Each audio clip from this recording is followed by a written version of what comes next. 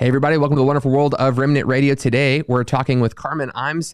We've got an exciting program today. We're going to be talking about David and Bathsheba, a lot of controversy surrounding this. Stay tuned. It's going to be a great episode. You are watching the Remnant Radio, a crowd-funded show where we interview pastors, teachers, historians, and theologians from different churches and denominations. My name is Joshua Lewis, and this is my co-host, Michael Roundtree. Together, we want to help you break outside of your theological echo chambers. If you're interested in learning about history, theology, or the gifts of the Spirit, this is the show for you. Hey, it's going to be a great program today. We had a little bit of a rescheduling for those of you who've been following the schedule, but that's okay. We've been planning on doing this conversation, and we had the opportunity to do it a little bit earlier in the schedule, so we're excited about that. You may notice that I'm in a different space. It's not my... Josh, why aren't you in your laundry room filming in there like you usually do? I'm back in the studio because there's been internet outages at my place, so Wellspring Church has been gracious enough to let me use the old space. So really excited to be back here and working on this project today. But I want to remind you guys, if you're watching this episode and you've been blessed by this episode or other episodes we've done and you want to support Remnant Radio, you can do that in the links of the description. You can give a one-time gift on PayPal, or you can give a reoccurring gift on Patreon. And if you give on Patreon, as low as $5 a month, you'll get access to extra content, extended interviews, special interviews, book club. Right now we're going through our, not R.C. Sproul's, we're going through the Screw Tape letters by C.S. Lewis. So we just kind of read a couple of those letters and we discuss them as a cooperative group, about anywhere between 20 and 40 of us will jump on there. So it's a small group. You get a lot of really great engagement. So if you want to be part of that, it's pretty easy. Do that in the links of the description. Without further ado, let me introduce you to everybody. That's Michael Roundtree. Well, the guy there, I can't really point because everything's swept around for me. And Dr. Carmen Imes on the other side. And I want to introduce everyone. But first, Michael, what are you excited about? We've got some great shows coming up. What am I excited about? I'm excited, Josh, that you're filming from my former church, Wellspring Church, because can you put the image on yourself real quick? Okay, so yeah, there he is, guys. Isn't he gorgeous? So behind Josh are my former commentaries. I bought these in college before John Calvin's commentaries all went online for free, and it's I weird. Spent like they're all Passion Translation. What's up with that, Michael? Whatever. Jeez Louise. So you actually have my old commentaries back there. Now, if I ever want to reference Calvin commentary, I just go online. But anyway, real excited and interested in this episode. So every now and then I hop on the Twitterverse, and I saw Dr. Carmen Imes on there. And she's told us to call her Carmen, so we'll do that from now on. But always, Carmen, love to follow your stuff, and loved your book, Bearing God's Name. Encourage you guys to read. It's a great wonderful book. And I know you're working on some other books too. But and love for you to tell us about that in just a moment. But the conversation of David Bathsheba came up, and it seems like it makes its Twitter rounds. Like, I don't know, once every 2 months or so, people get all up in a fuss about, did David rape Bathsheba? Was it an abuse of power? Or did the Bible view this? Did God view this in a different way? Just how should we understand? Was she being a seductress on the rooftop saying, hey, David, look at me? Like, what's going on? Anyway, so Dr. Imes, Carmen, had some really fascinating insights on that. So we're going to hear from her on that in a moment. Before we do, Carmen, tell us a little bit about yourself and your ministry, podcasts, books, all that kind of good stuff. Sure. So thanks for having me on. This is fun. We've done this before, haven't we? But from a different office. So I formerly taught at Prairie College in Three Hills, Alberta. Now I'm joining from Biola University in Southern California, which is a wee bit of a climate change No for doubt. me. And so I am currently working on a couple of books. I'm writing a prequel to Bearing God's Name entitled Being God's Image, Why Creation Still Matters. And I'm writing a commentary on Exodus for Baker Academic. So those are my two big projects that have kind of filled my summer with happy things. And we're, about to have school in a few weeks. So it's time for me to start thinking about classes again too. Yeah, Carmen, are you going to ETS this year? I am. Yes, Okay. I wouldn't miss it.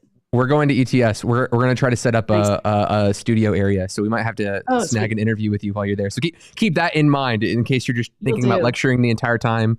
Have one spare hour available for us, and we will snag an interview with you.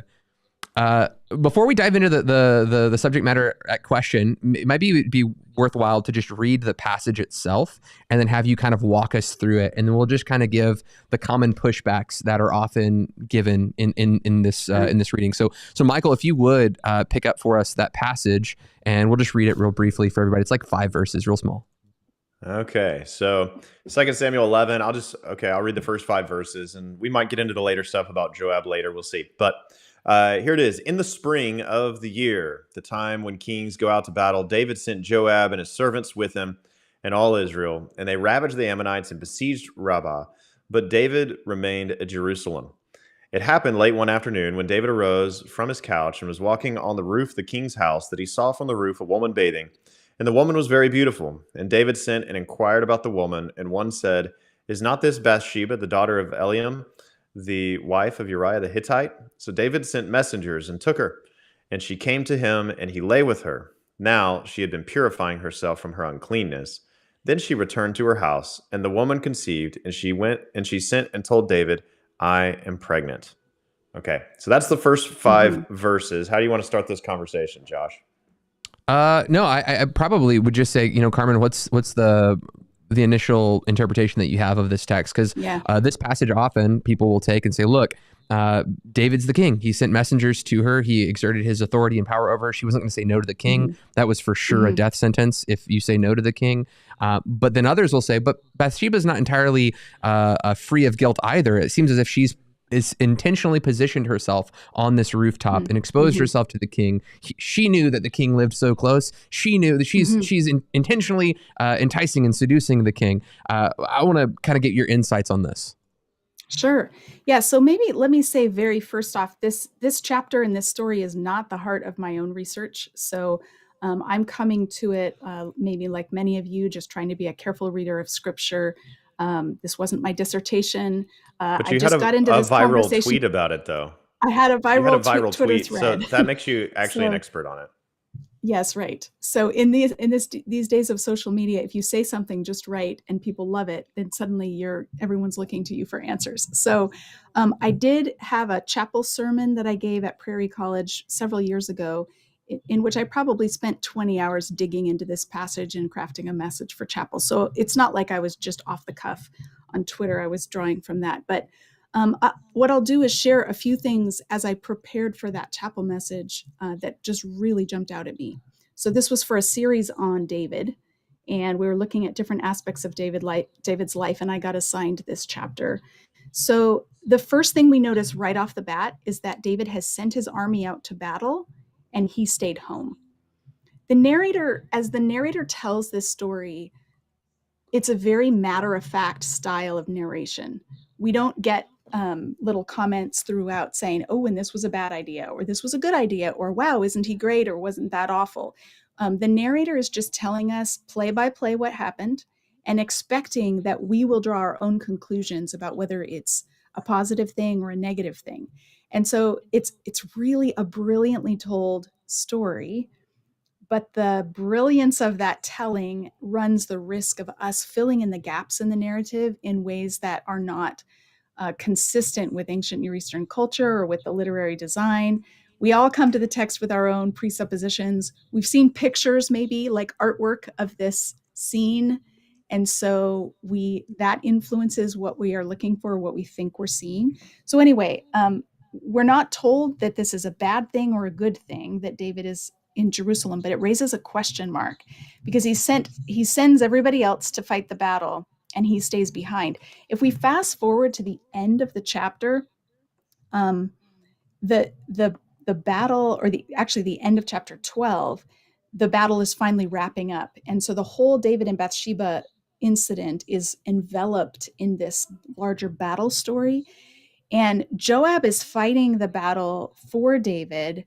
And then he sends a message to him and basically says, now, listen, are you going to come do your job or not? Because if I finish this battle, the city's going to be named after me. If you come, then you'll get the proper credit for it. So we've been if we've been suspending our judgment over whether it was good or bad for David to not be there on the front lines, then at the end of the whole incident, we get the narrators helping us see, oh, this was actually kind of dishonorable that David's been hanging out and letting his army do the dirty work for him. So that's there.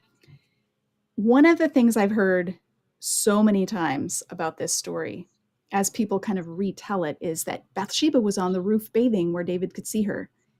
And so I just want us to be very careful to notice that it's David who is on the roof. Bathsheba is not.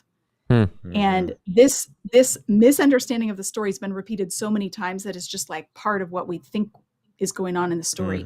So, and as the logic goes, oh, she's bathing intentionally where David can see her, but it doesn't say that. It says David gets up and walks around on the roof, and from there he sees a woman bathing.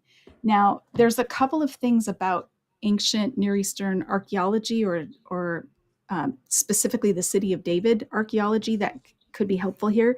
So one thing I learned in my studies is that there was no indoor plumbing during this time period. So she does not have a bathroom where she would normally be taking a bath.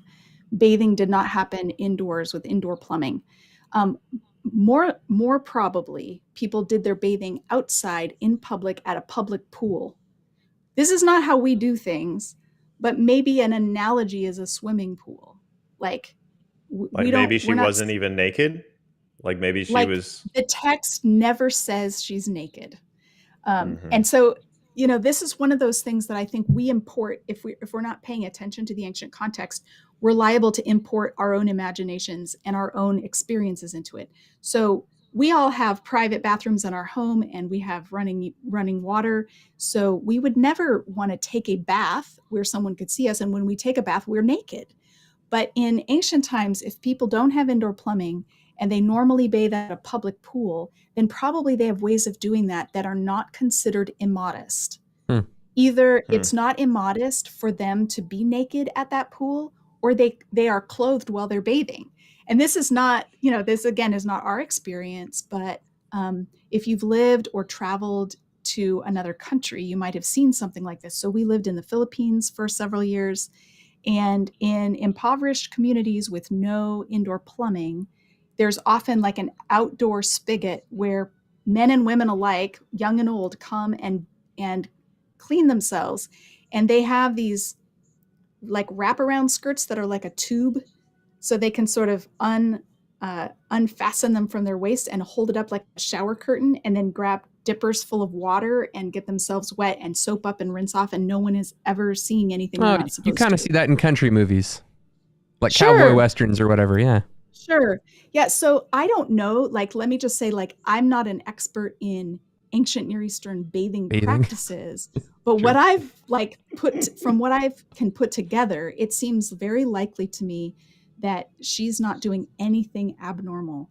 That if they didn't have indoor plumbing and they had dirt or stone floors, they're not going to just normally pour water on themselves inside the house. It's more likely that they would do that out in a courtyard, probably an enclosed courtyard that the neighbors can't see in, or down the road at a public pool. And we don't know whether she's at home or whether she's at the public pool.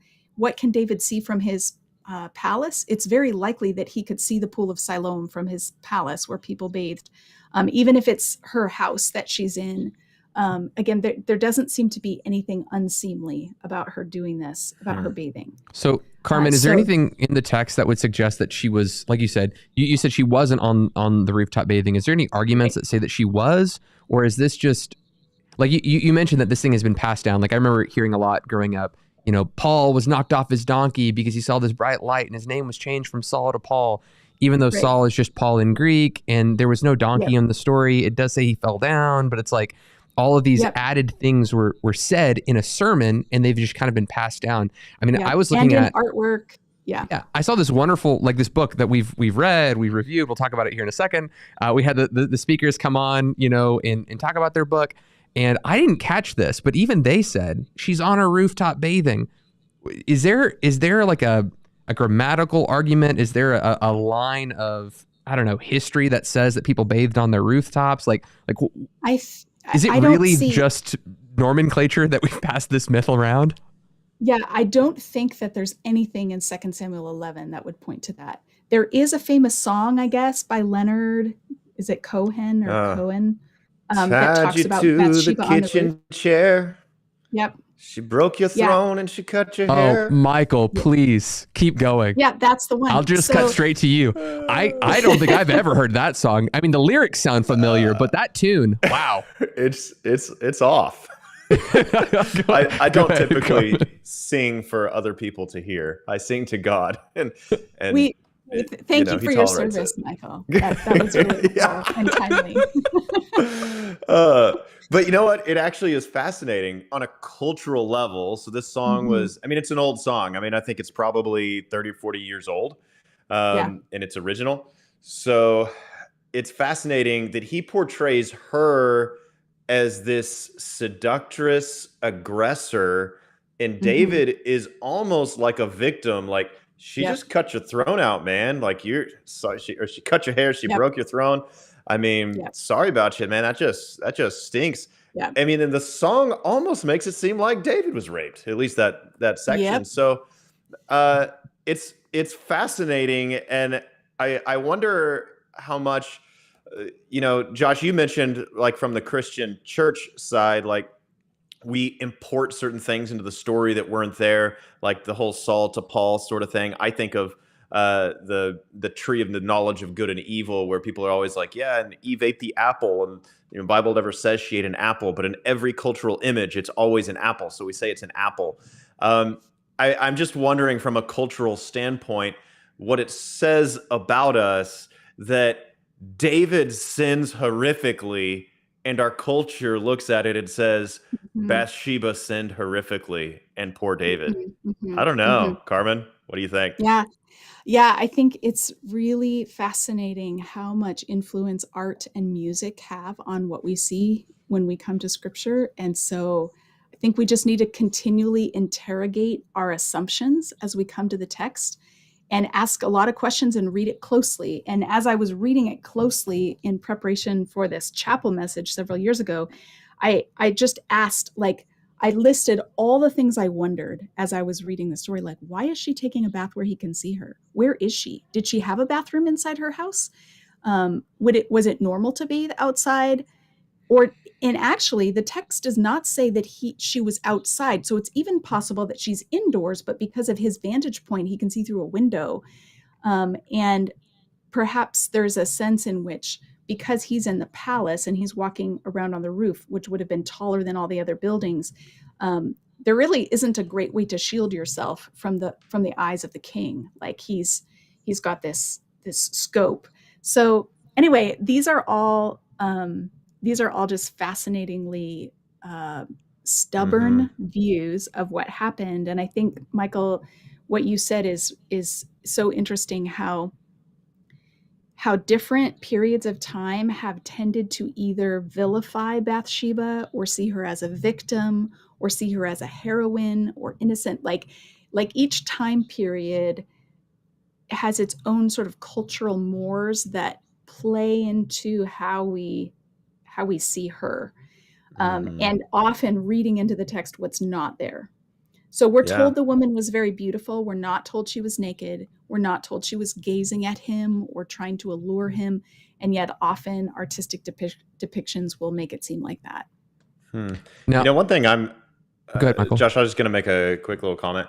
In the same section where it talks about how David remained back, which, Carmen, you were talking about how this is not just a side point. It's actually a major point. He was supposed to be in battle, which itself, it speaks of the ease that comes with pride. The king just kind of in his ivory tower, while everybody else is doing the dirty work. But I would, the fact that it mentions that he was on his roof in that same sentence communicates something else, I think, and that is that David, in this elevated location, I mean, why did it even say he was on the roof? It didn't say he was it could have just said he was at his palace, but it said he was on the roof, which speaks of the state of his heart, which was elevated.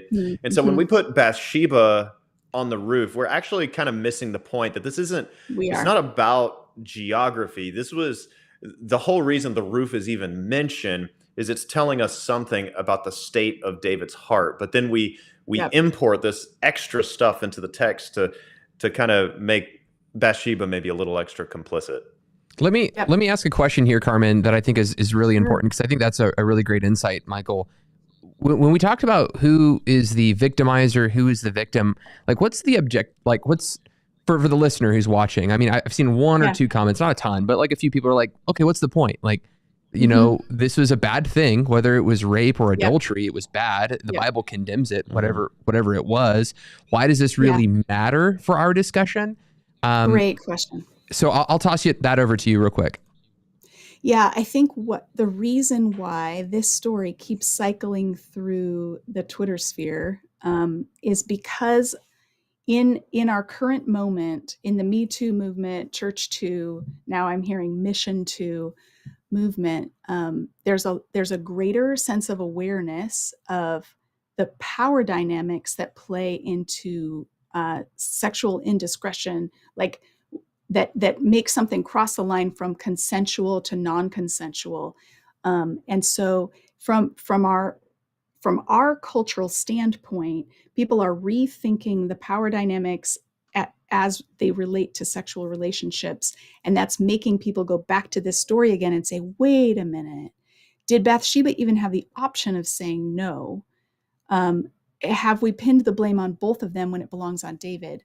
And so what I'm seeing as I hear the debate sort of cycle through Twitter is there are two clear camps, and it's actually fascinating to see how consistently these two camps play out.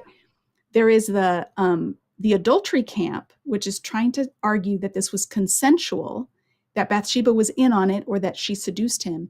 And these are the same people who are casting doubt on any time a victim comes forward to accuse someone of sexual abuse or rape.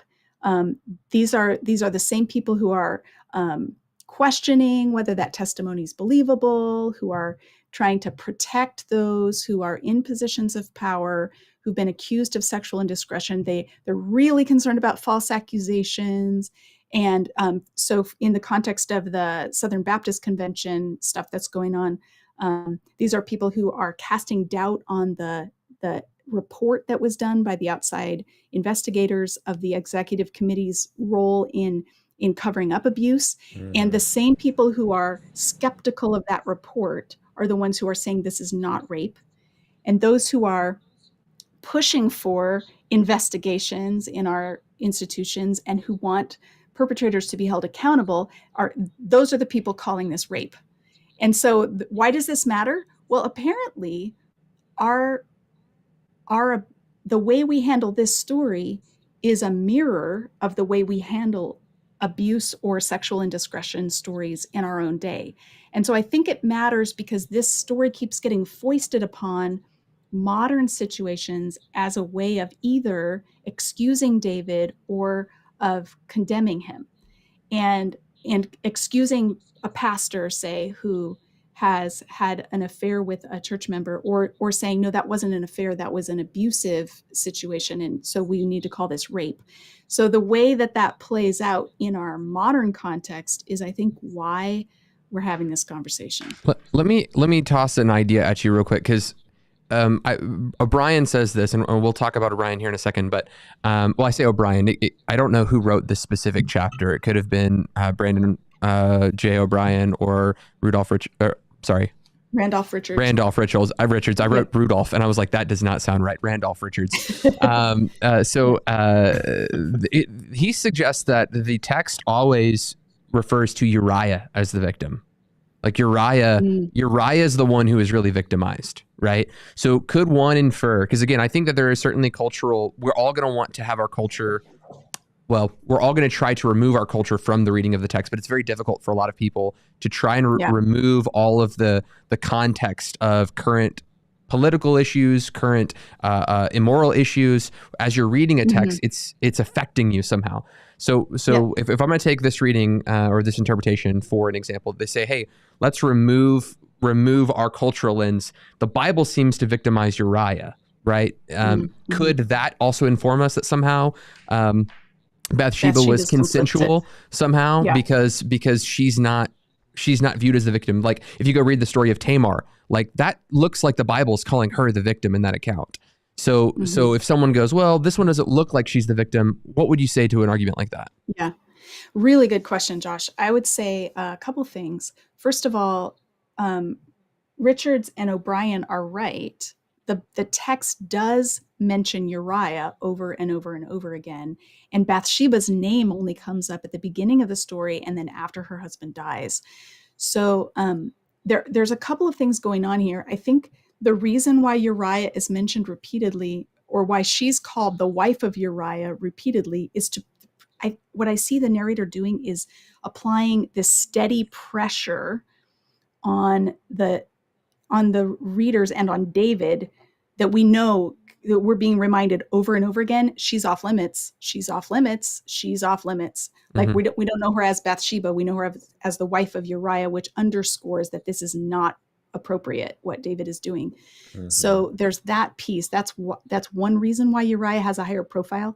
I think that Richards and O'Brien are correct that in the framing of the biblical story, Uriah, the real conflict in the story is not between David and Bathsheba, but between David and Uriah. This does not mean that Bathsheba is not a victim, but it does mean that the victimization of Bathsheba is not the main point of the story. Hmm. So I Yeah. think part of our problem is that we're looking for the word rape, and since it doesn't say rape, then we think, well, this must have been consensual. And I want to say that the concept of being consensual is a modern concept, and that in an ancient marriage or in an ancient affair, consensualness is like, that's not how they would define something as adultery, between adultery and rape. It's true, I'm footnoting myself here, it's true that there are laws in Deuteronomy, I think, where if a woman is raped in a field, she's not held responsible. But if it's in a city, she is, because she didn't cry out. So I think probably somebody would take that and say, well, look, Bathsheba could have cried out. She was in the city after all. And because she doesn't cry out, therefore she's a victim of, she's not a victim of rape. She's complicit. The problem with that is that we have this other layer of dynamic here, that David is the king. He has sent messengers to retrieve her. His entire palace guard is at his disposal. If she cries out, who's rescuing her? Like, how does this even work? What are her options? So I think this story complicates those laws from Deuteronomy and shows that they're not the be all end all in terms of determining fault. Yeah, I love what you said about just paying attention to the main point, because it is hard to plunge into what feels, at least in some areas of this narrative, like speculation. We don't know. I mean, maybe in fact, this is a question I have for you. Is it possible that Bathsheba really wanted this? Okay, maybe we'll go with that, Okay. because Yeah, kind of what that's a got me good going question. down that. Yeah, what got me going down that path is when you were talking about the mention of Uriah. I love what you said. The main point is about David's sin. And that's why there's not loads of detail about precisely what Bathsheba was wearing and where she was Right. at, because Right. because it's about David's sin. And by mentioning Uriah, I think it's super relevant too, that Yeah. Uriah was this chief warrior. He was out to battle where David Right. should have been. So the Right. author's creating this literary contrast of, look at Yeah. faithful Uriah getting David's back, and then David's not. And so you see this contrast all throughout. So paying attention to, like you said, that main theme. And so I think that does beg the question of how, can we even know whether Bathsheba was consensual in this? I know it's not consensual. Yeah. So that word is, go ahead. Yeah, really good question, Michael. I would say that, as I mentioned before, this narration, the narration of this story, is totally matter of fact, business as usual. David did this, then David did this, then David did this. We're not told anything about the interior lives of any of the characters throughout the story. So, and I don't think that's because the interior lives don't matter. It's because the narrator is trying to draw us in and force us to draw our own conclusions, and then keep, so it's like a guess and check system. We think, well, did she want that? And we go with that theory for a while, and then until we run into something that contradicts it. So there is a possibility that Bathsheba is favorable towards this idea, but I think there are some clues in the narrative that work against that thesis. So one is that at the end of chapter 11, she goes through a period of mourning for her husband. So when Uriah's wife heard that her husband was dead, she mourned for him.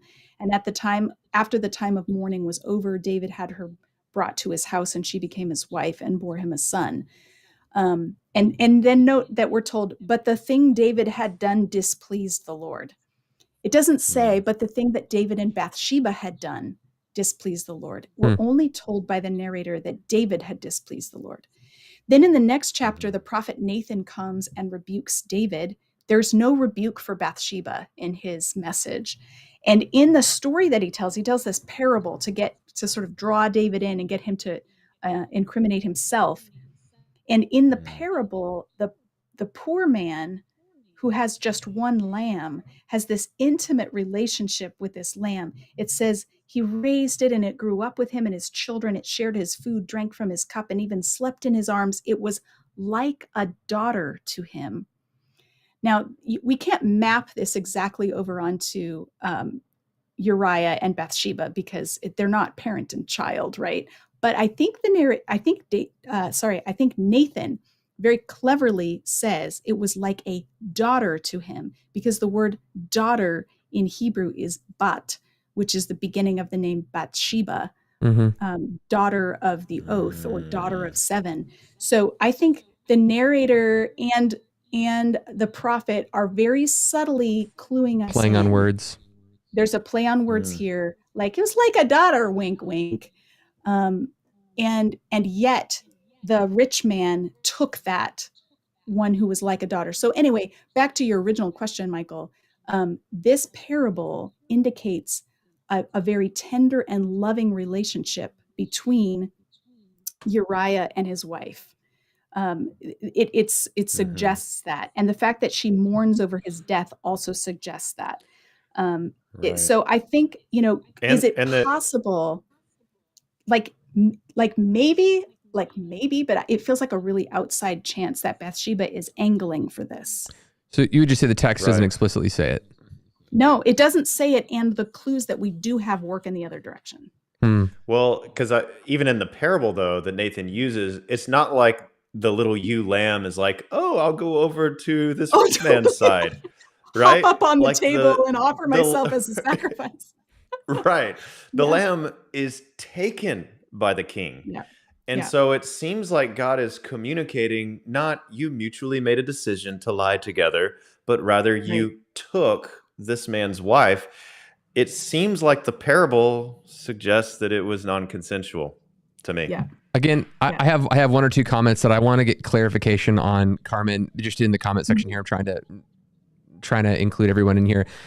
It seems as if someone kind of heard you say that people who disagree with your text here are more inclined to disregard accusations of rape because of some of the SBC stuff. I didn't quite hear you say that. So I want to just kind of offer, something and let you have, pushback on it. I had a friend who didn't care for the review of the SBC's that process, right? And his argumentation was primarily on the basis that this is an organization, I think he said, that didn't care for the nuclear family, doesn't affirms LGBTQ they supported stuff. LGBTQ. Yeah, that they are a secular organization.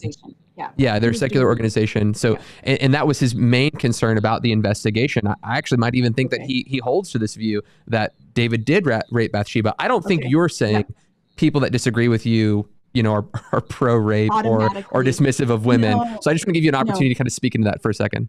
Yeah. Okay. So what I should have said is that I have noticed a correlation.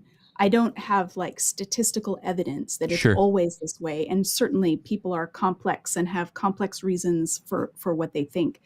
But what kicked off the latest Twitter sensation over this story were at least two very vocal individuals who were arguing that this was adultery, not rape, and who were at the same time being very vocally dismissive of the investigation in the Gotcha. SBC. And it does seem like this is the debate sort of lines up in these two camps. So you might be an exception to that. You might think that David raped Bathsheba, but you are disinclined to accept the SBC report. Like maybe you're an exception, but it does seem like there's a correlation, at least generally speaking, between those two views. Okay, let me ask you a question about your initial post. You made something, and I don't want to get your words out of context, so I'll just kind of tee it up, and I'll let you say it the way that you would want to say it. But that the Ten Commandments, committing adultery, seems primarily commanded toward men. And again, I want to let you unpack how exactly you said that, and why is that important for our interpretation of the story? Okay, good question. So the Ten Commandments is my area of expertise. That's what I wrote my dissertation on. And I think most scholars have recognized that they're framed or phrased as if they're addressing the male head of household. So you shall not covet your neighbor's wife is how it's phrased. It's not you shall not covet your neighbor's husband or wife. So if it's addressing a male head of household that he can't covet his neighbor's wife, that does not mean that it's okay for a woman to covet her neighbor's husband. So the Ten Commandments are addressed to men.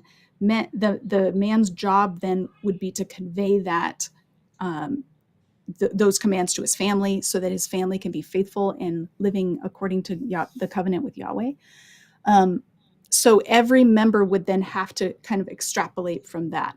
So my neighbor doesn't have an ox or a donkey. I've never coveted my neighbor's ox or donkey.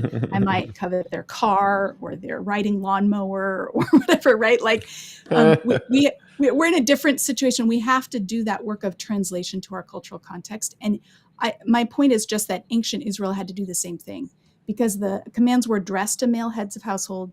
The king was charged to keep the Ten Commandments. And so I find it interesting that we have David, king of Israel, who's supposed to make a copy of the Torah for himself and keep it beside him and read it every day. That's what it says in Deuteronomy 17. And he is a married man with, at this point, 7 wives already, in addition to concubines. And not only does he covet his literal neighbor's wife, but he takes her and has sex with her, which violates Uriah's marriage covenant with Bathsheba. So he's violating his neighbor's marriage covenant. And then he arranges for the murder of his neighbor. So if anybody has ever broken that command, like David here is the example par excellence, because like this is literally his neighbor's wife. And he knows that from the beginning. As we saw in verse 3, when he sends to find out who she is, the word that comes back is, isn't this Bathsheba, the daughter of Eliam, one of your mighty men, and the wife of Uriah the Hittite, one of your other mighty men? So David has this inner circle of 30 warriors that are his elite fighting group. Special forces, bad mamma jammas. Special forces, yes. Yeah. And this woman is married to one of them and the daughter of another of them. And so not only is she off limits just in a generic sense, because every Israelite man is charged to protect his neighbor's marriage, and which means his neighbor's wife is off limits, but these are specifically his own loyal men who are out on the front lines fighting for him right now.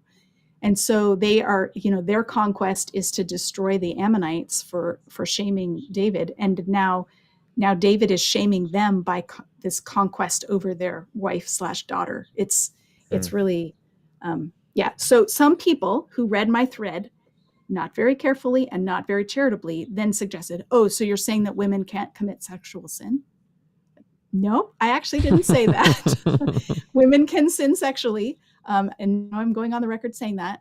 The story of Potiphar's wife in Genesis is a very clear example of a woman who is trying to seduce a man.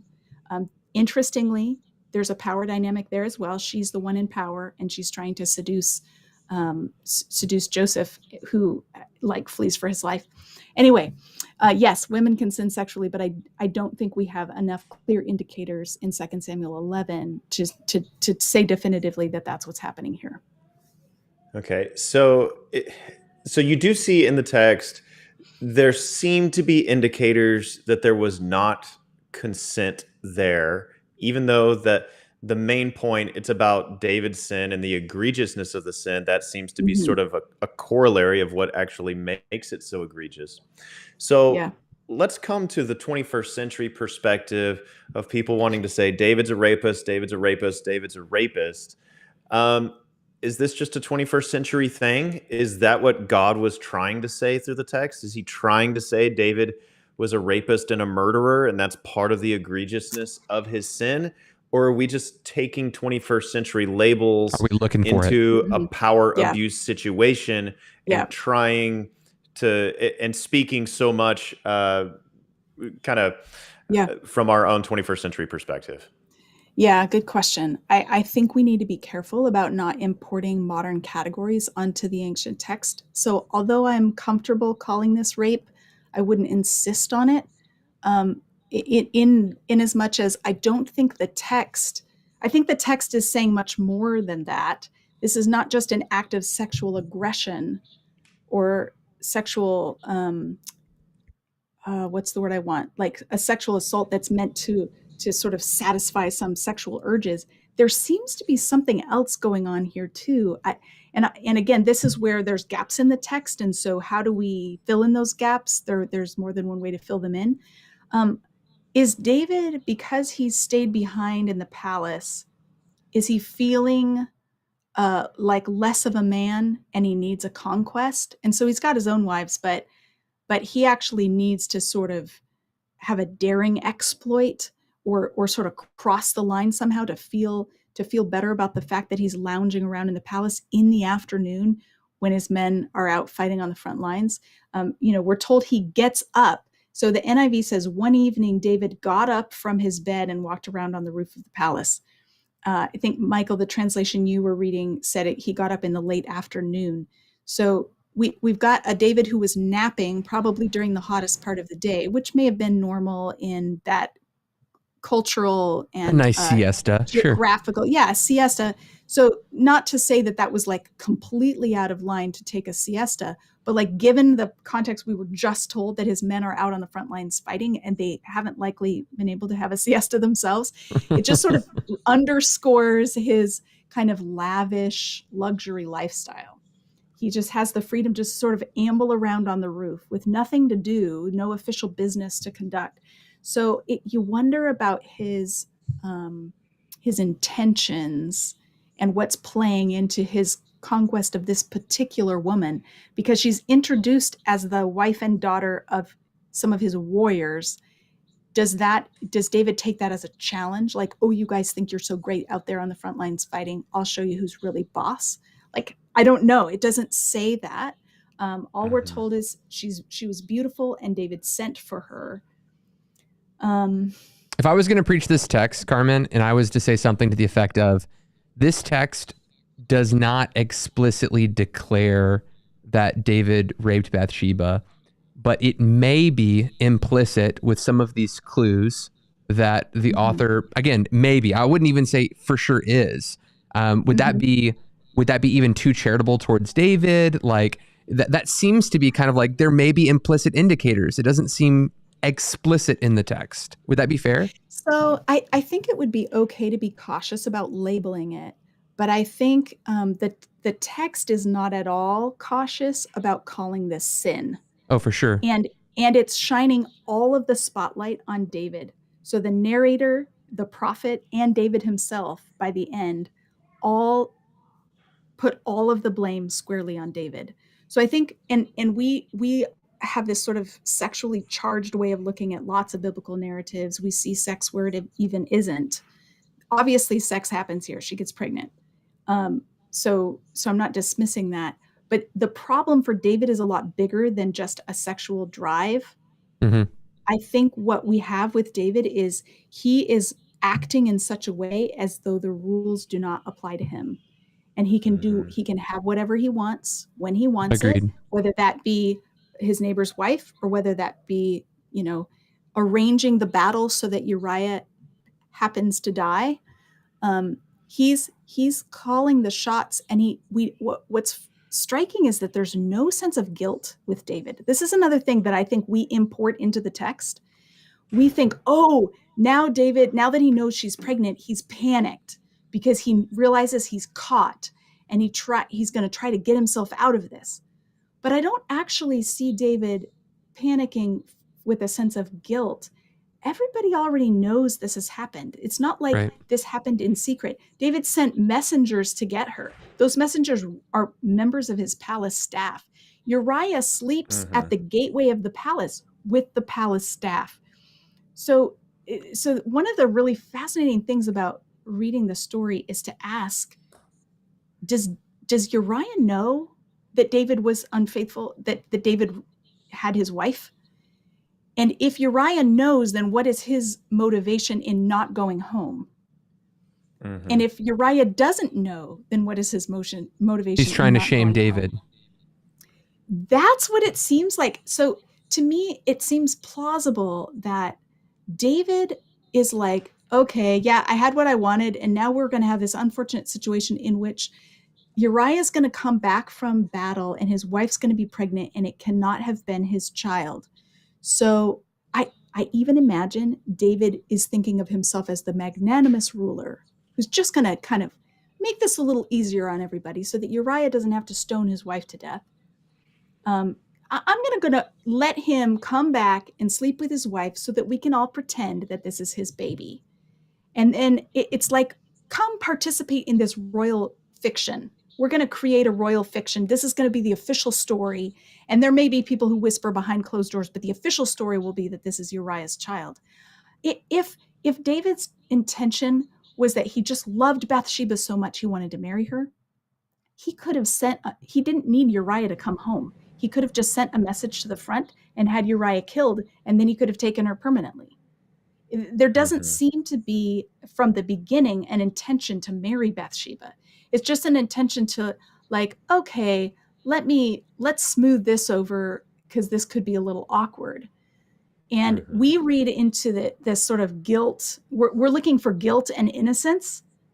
Even in the headline of the CT article that I ended up writing, which I didn't pick the title, the title is something like blame David, not Bathsheba. So we're all about, like, where does blame supposed to fall?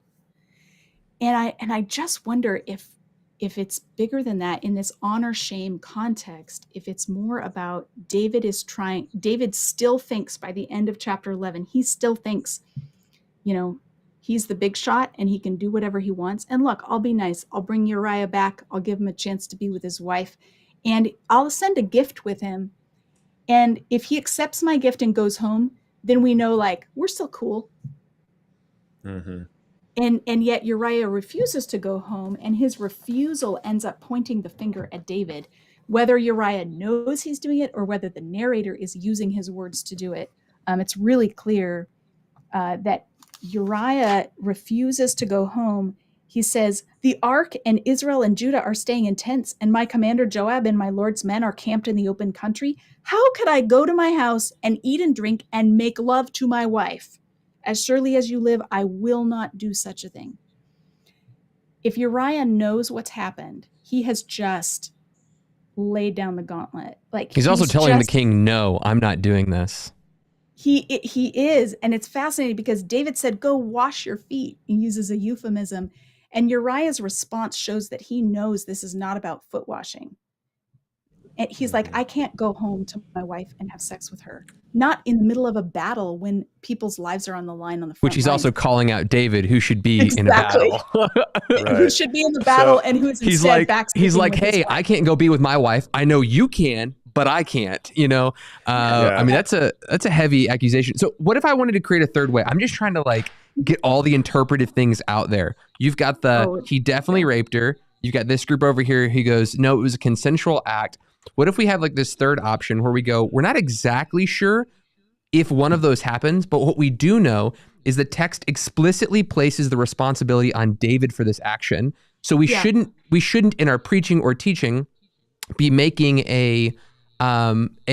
we shouldn't be making Bathsheba the recipient of some kind of sinful act when David is held exclusively responsible. Yeah. So if we were going to create a third way that was just more I'm not certain that it was this or that, but what we do know is this third option.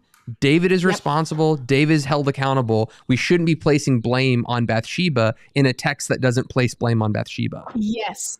I think that's a really good third way forward, because as we've discovered, even just from this conversation, it's people react strongly when you call it rape or when you call it not rape. Right? There's really strong reactions. Everybody on both wants sides. a label. Right. Everybody wants to label it. And if we can instead say, okay, it is not appropriate to use this story as a admonishment to women to not be scantily clad in public. Like that's not what this story's about. That's not what the text There's a makes it text about. for that. It's just not this one. This one. Right. And I think the consequence for shining a spotlight on Bathsheba and her behavior and how it might have egged him on is that you have in your congregation women who have been raped. Right. It's statistically improbable that there would not be a woman or man in your congregation who's not been raped. So what you're saying when you're in the pulpit and you're preaching this text and you're putting blame on Bathsheba, you've got people in the pews who are hearing you blame them for what's happened Seriously, to them. that's a huge applicational point. I mean, that's massive. It's interesting. Before this this ever erupted and the whole Me Too thing, I remember listening to John Piper when I was like a 24-year-old youth pastor, and he calls it very forcefully. And John Piper is a careful exegete, whether you agree with his Reformed theology or not. He's a very careful exegete, and he forcefully calls it rape. So I'm just saying it was out there, but only now are people really get into it. But Carmen, I think that's a powerful point, and it's something that I'm mindful of. Even in watching this show, there are people who are victims of abuse, and even when this story of David and Bathsheba comes up, maybe because of ways that it's been taught before, or maybe just the story itself is almost a trigger. And then I think too, Carmen, and so for one, I'm curious, any advice you have on just pastoring that from a pulpit, and that kind of in that perspective, there's obviously has to be way more than just a pulpit. But I'm also just thinking about, actually, you know what, I'm just going to stop there. How should we pastor this well from a pulpit? What kinds of things should we say and not say? I think that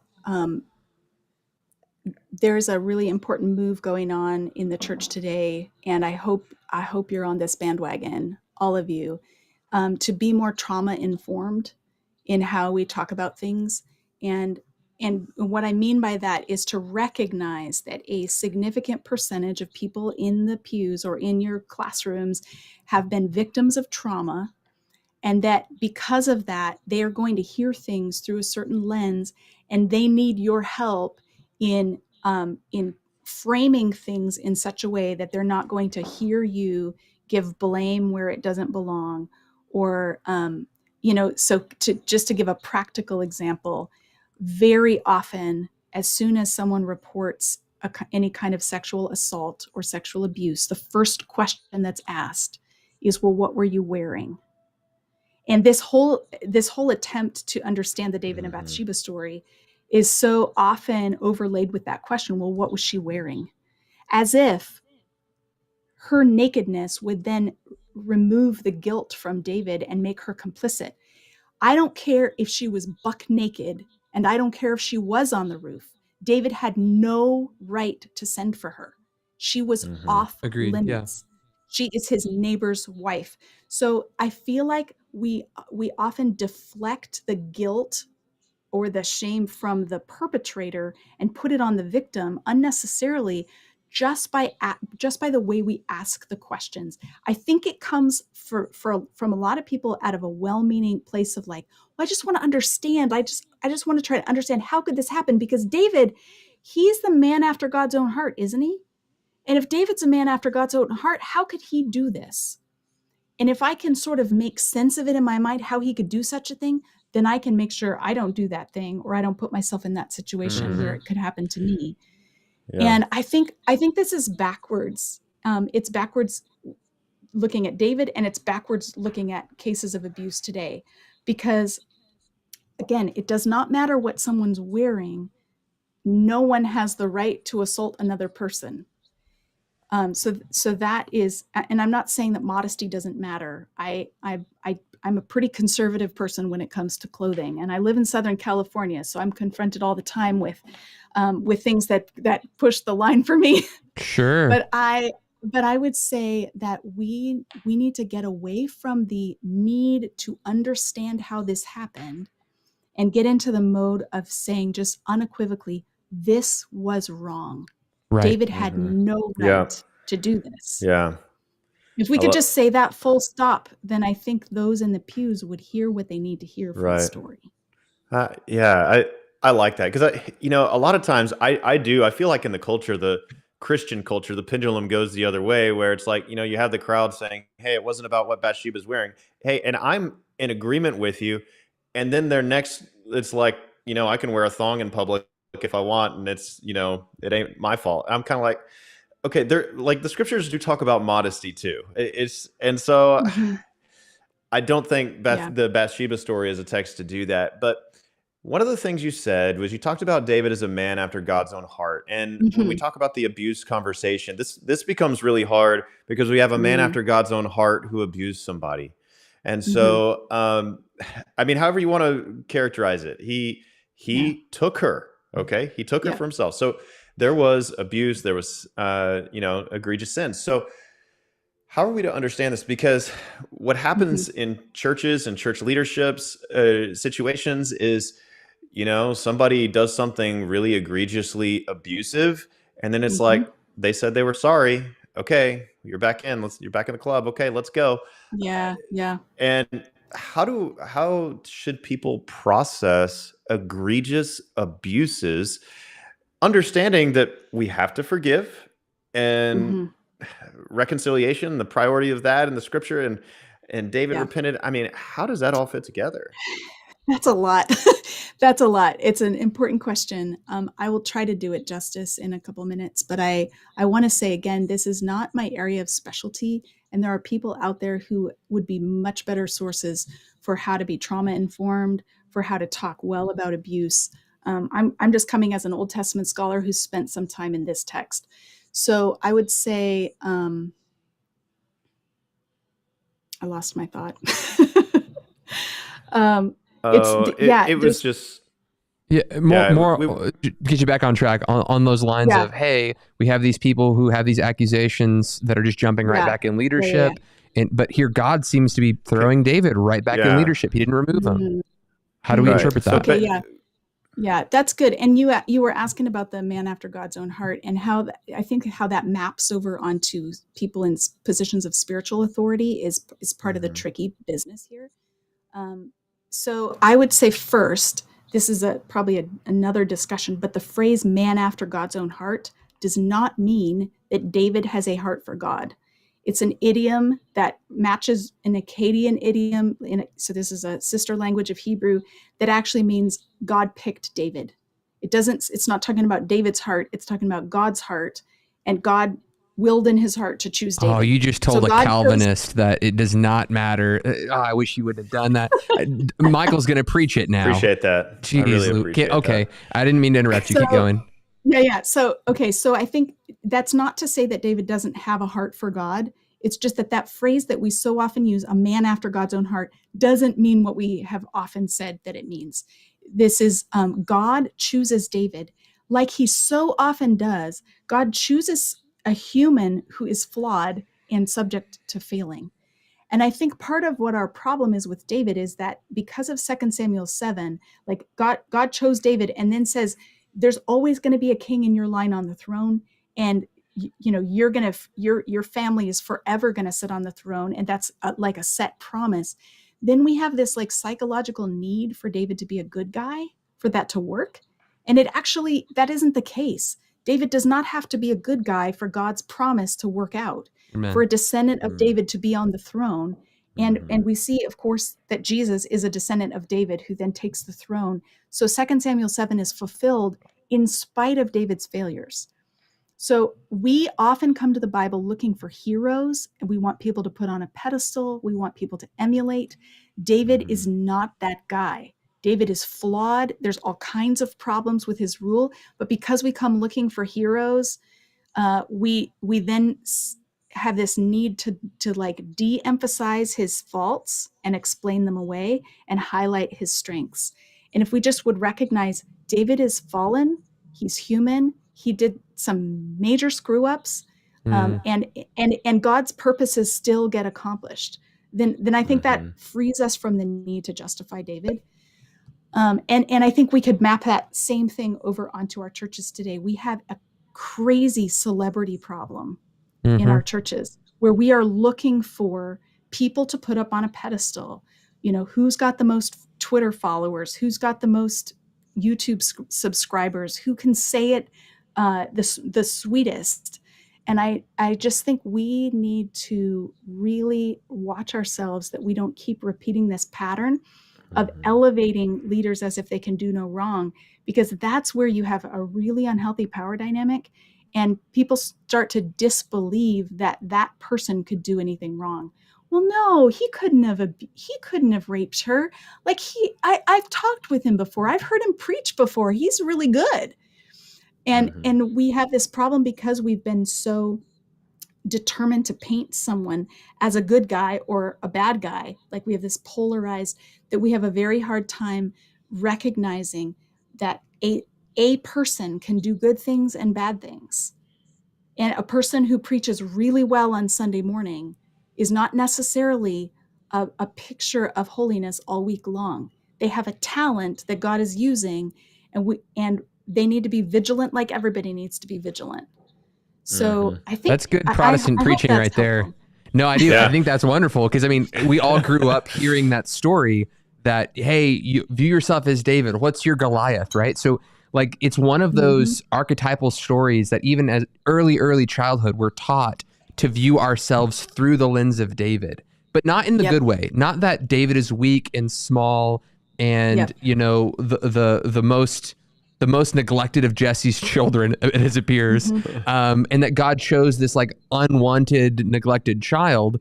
Not that we're nobody and God still chose to use us anyway, because that would have been a good like reading of the text, but rather because David chose not to put on this armor, and David chose to do this thing and love God that way, he was great in God's eyes. And if we do these things like David did, we can be like David. That's the way that the text is often preached. Little guys can do big things too. Yes, Veggie Tales. Come on, Carmen, quoting the Veggie Tales.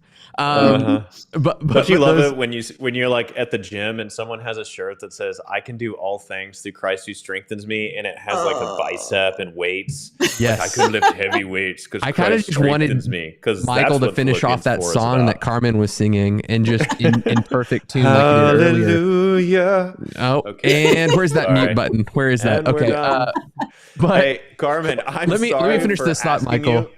Let me finish this thought 1 second, because I do think that's important that we've so identified with a character that when the character does something really bad, we're trying to find ways to justify the character as if he didn't do that really bad thing, because we self-identify in the same way. Say again. What was she wearing? That's that's that process of trying to justify. Because I couldn't do this, David couldn't do this, because I'm identified with David. In the same way that Mark Driscoll couldn't have done a bad thing because I loved the way that Mark preached this thing, and I see myself in him here and there. It's because we're self-identifying with that hero, that archetype, that character, which again, like, I'm the guy who wants to praise David for the things he did good and then criticize David for the things he did bad, in the same way that I think Driscoll did some good things. I just think he did other things really bad. And I want to walk that line and say, yes, that was good. No, that was bad. Sorry, Michael, you wanted to jump in there, so I want to toss it back over to you. Are you cracking up? Oh, I'm laughing at some comments. No, I really, Carmen, we had like 2 minutes left in the show, and I asked you like the hardest question of all, and I thought you did a phenomenal job. So, Josh, I think it's time for us to close out the show, and I was just gonna gonna pass on closing remarks because we're already about almost 10 over. So anyway, I just want to thank you guys for so much, and I just want to volley it one more time to Carmen. Say, is there anything else that you feel like, man, there's this one thing I wanted to say, or anything to tie up this show today? I think we could maybe just end by saying David does respond well to Nathan's rebuke, and he owns it, and he doesn't try to shift the blame, which is a shining moment for him and a place where he can be an example for us. Throughout the story, he's been acting an awful lot like Saul. He's spending all of his resources chasing down a member of his own team, one of his best commanders. Whoa. Which is exactly what Saul is doing with David before David's on the throne. And so we love to have, again, bad guy, good guy, and Saul's the bad guy and David's the good guy, but David looks a lot like Saul in this story until he's confronted by the prophet, and then he owns it. And that doesn't mean the consequences go away. He's got like reams of consequences that come in the chapters that follow. But I think we can take a hint from this that no matter how badly we've messed up, what God wants from us is to own it and to say, okay, Lord, you're right. I was wrong. What I did was wrong. And you see how David, God actually blesses David and Bathsheba's marriage, and their child Solomon becomes the next king, even though there was this really unfortunate start to their relationship. Hey, Michael, did you have some closing thoughts on it? Carmen, I want to say just thank you so much. I think that everything you said was both insightful, biblical. I think it was really interesting conversation. And though there are some dissents in the comment section, as you would imagine there would be, no doubt, in a discussion like this, I think overwhelmingly people are really encouraged by the discussion. It's something that we all need to grapple with when we're reading a text. Michael, do you have some closing thoughts? I could close a thought. I mean, really, then I think I would just say on a pastoral note, if you have suffered any kind of abuse of power, I'm a pastor. My heart goes out to you. I hate that happened to you, even though I've never even met you, and this is over the internet that you're watching this or listening on some podcast. But I just want to encourage you to please just reach out to somebody, find somebody that you can trust, and tell somebody, because as long as that thing stays in the dark, it's healing happens when we come into the light and bring it out. And so just I just pray for you. I pray that you would find that person that you can trust and share. And telling one person that you can trust is really a first step. So that's wonderful. I think that would be it, Josh. So, yeah. I would just let people know, you'll notice there's no ads on this video. We turned off monetization because of the heated nature of the subject. People don't want to run ads on a conversation like this. We want to try to follow YouTube guidelines to the best of our ability. So if you want to help support the channel, it would be really appreciated on this episode in particular. There are links in the description. You can do that, a one-time gift on PayPal, or you can be a recurring giver on Patreon as low as $5 a month, and you'll get extra content there. As always, if you're out there, I can't afford $5 a month, but there's a piece of content that looks really interesting on Patreon, shoot me an email, media@theremnantradio.com. I'll send you that content for free. We know what it's like. So yeah, that's just the way that we keep the lights on is Patreon, and it seems to help giving somebody a little bit of extra content. So Carmen, again, thanks for coming on. Hopefully we can connect PTS. I'd love to snag an interview, talk about one of your projects coming up. You guys need to check out Carmen's books. She's done stuff on the Psalms with in the Laments in particular. She's done Bearing God's Name. What was the other? You written another book that was like, was it I forget which one's which. There's like one that's like the reader's version, and there's another one that's like the real academic heavy one. Yeah, so the academic one is Bearing Yahweh's Name at Sinai, a re-examination of the name command of the Decalogue. That's my dissertation. And then there's the one that anyone can read, which is Bearing God's Name, Why Sinai Still Matters, University Press. Yeah, if it says Decalogue in the title, you'll know that's the academic one. That's always the way I tell the difference between the two. Anyways, guys, thank you so much for tuning into this episode of Remnant Radio. Make sure to go subscribe to Carmen's channels, Twitters, those kinds of things. She comes out with great content on Facebook, YouTube, Twitter. So go look for her in those places. And as always, we'll see you next time, Monday, Tuesday, Wednesday from 4 to 5 p.m. Central Standard Time. Blessings.